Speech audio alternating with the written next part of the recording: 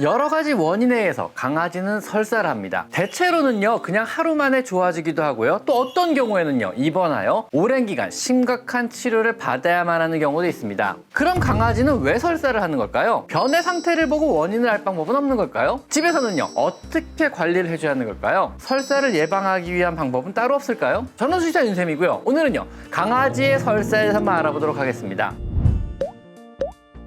강아지가 설사라는 원인은 다양합니다. 하지만은요, 나이대별로 어느 정도의 원인의 구분은 가능한데요. 어린 강아지가 설사를 한다면은요, 파보바이러스에 의한 장염이나 코로나 바이러스 장염, 혹은 지알디아나 트리코모나스 같은 기생충에 의한 장염이 주요한 설사의 원인 중 하나가 됩니다. 1살 이상의 다 큰 강아지가 갑자기 설사를 한다면요, 대개는 음식에 의한 식이성 장염이거나 기름진, 소화하기 힘든 음식에 의한 대장염이 주요한 원인입니다. 만약에 노령의 강아지가 갑자기 설사를 한다면은요, 이건 좀 심각한 경우가 많습니다. 종양일 수도 있고요, 초형염이거나 혹은 간질환인 경우도 있습니다.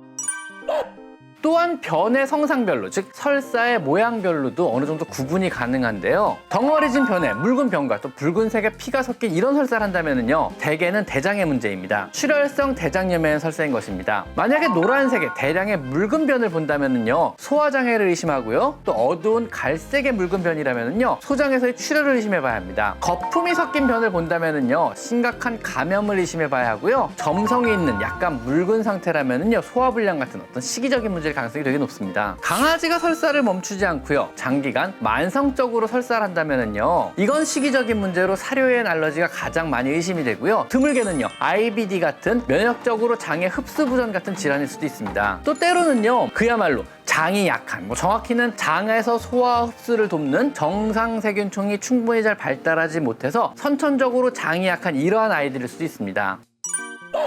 그럼 내 강아지가 갑자기 설사를 한다면은요, 우리는 집에서 어떻게 해줘야 할까요? 우선 어린 강아지가 설사를 한다면요, 바로 병원에 데려가 보셔야만 합니다. 어린 강아지의 설사는요, 세균이나 기생충 혹은 바이러스로 인한 감염성 설사인 경우가 많고요, 더구나 체구가 작고요, 면역적으로 약하기 때문에 쉽게 탈수가 되거나 쉽게 전신 감염으로 위험해질 수가 있기 때문에 빠르게 병원에 데려가서 검사와 필요한 조치를 받아 보셔야만 합니다. 1살이 넘은 강아지가 갑자기 설사를 한다면은요, 만약에 구토 없이 설사만 한다면 집에서 잘만 관리하면 충분히 좋아질 수가 있습니다. 다 큰 강아지의 갑작스런 설사의 원인은요, 대부분 시기적인 문제인 경우가 많습니다. 먹어서는 안 되는 것을 먹었거나 소화를 못 시킨 경우입니다. 사료나 간식이 안 맞았을 때나 여러분이 고기와 같이 주면 안 되는 것을 주었을 때 주로 이런 문제가 생기게 되는 겁니다. 이때 해결책은요, 우선 설사의 원인이 될 만한 스트레스의 원인을 해결해줘야 합니다. 그리고 간식은 일체 주시면 안 됩니다. 탈수를 예방하기 위해서요, 충분한 신선한 물을 계속 공급해줍니다. 우선 성견이라면요, 24시간 정도 굶겨봅니다. 과도하게 운동 중인 혹은 염증 상태의 장을 조금 쉬게 해주는 겁니다. 그 후에요, 힐스의 아이디나 퓨리나이엔 혹은 로얄 캐닌의 가스트로인테스틴 같은 장염용 처방식 사료를 급여줍니다. 아니면 닭의 가슴살을 삶아서 밥과 함께 죽을 만들어 주셔도 좋습니다. 물론 이때는요, 절대로 간을 해서는 안 됩니다. 처방식이 없다면은요, 흰살 생선이나 닭가슴살을 충분히 삶아 담백하게 해서 급여해 주셔도 좋습니다. 평소 따로 먹이시는 유산균제제나 영양제가 있다면요, 설사가 완전히 멎을 때까지 일단 급여를 중지하는 것이 좋습니다. 만약 24시간 이내 변 상태가 좋아진다면요, 정상 사료를 급여하고요, 당분간 간식과 영양제 공급은 계속 중단합니다. 하지만은요, 만약에 구토를 동반하거나 변의 형태가 검은색 죽처럼 나온다거나, 설사를 시작한 지 24시간이 지나도 여전히 설사가 지속된다거나, 설사 후에 활력이 좀 떨어져 있다거나, 음식을 거부하는 등의 어떤 식욕의 변화가 보인다면은요, 이때는 바로 병원에 데려가 보셔야만 합니다.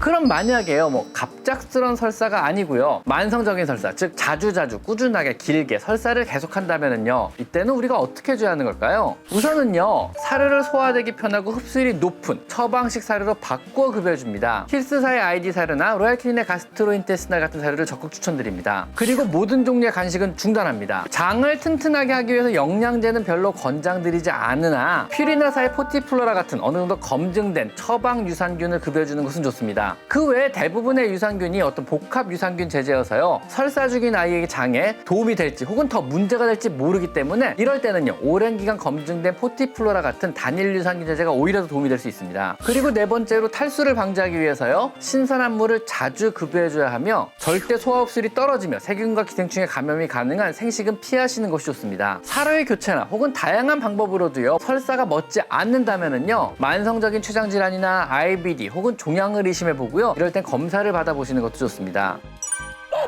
그럼 내 강아지의 설사를 예방할 방법은 없을까요? 우선 예방법은요. 첫째로 예방접종을 철저히 해서 감염성 질환을 완전히 차단해줍니다. 두 번째로는요. 매월마다 심장사상충의 예방약이나 또는 기생충약을 잘 먹여주시는 것이 좋습니다. 세 번째로 좋은 양질의 사료를 나이에 맞게 급여줘야 합니다. 여기에는요. 충분히 믿을 수 있는 레시피로 영양 균형이 잘 맞춰진 사료를 먹여야 하며 사료는요. 최소 10년 이상은 판매된 믿을 수 있는 제품이 좋습니다. 자, 넷째로 노령견에게는요. 노령견용 사료만 먹이시는 것이 좋습니다. 그리고 또한 함부로 안 먹이던 사료나 간식을 주지 않아야만 합니다. 여섯 번째로 예민한 강아지라면요. 당연히 스트레스를 주지 않는 편안하고 안락한 환경을 꾸며주시는 것이 좋습니다. 그리고 일곱 번째는요. 퓨리나 포티플로라 같은 효과가 검증된 유산균을 꾸준히 먹이는 것도 또한 어느 정도 도움이 됩니다.